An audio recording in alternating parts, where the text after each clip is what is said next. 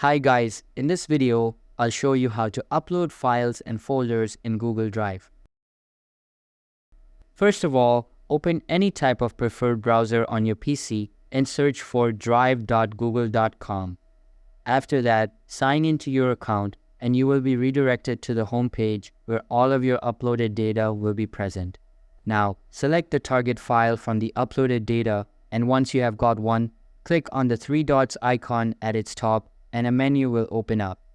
After that, click on the Share feature and then select Share again from the sub-menu. Once you do that, a pop-up menu will open up. Inside it, you can either share the file by entering the email address, or you can copy the file link and then share it. In order to share the link, click on this button, select anyone with the link, and then choose the level of access you would like to provide. After you are done with it, copy the link and click on the Done button. To share a folder, go to the folder section and then follow the same procedure. Simply click on the three dots icon, select Share, and then choose the preferred method of sharing.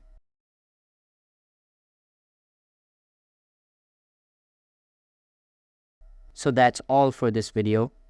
If this video was helpful, don't forget to subscribe and hit the like button. Thanks.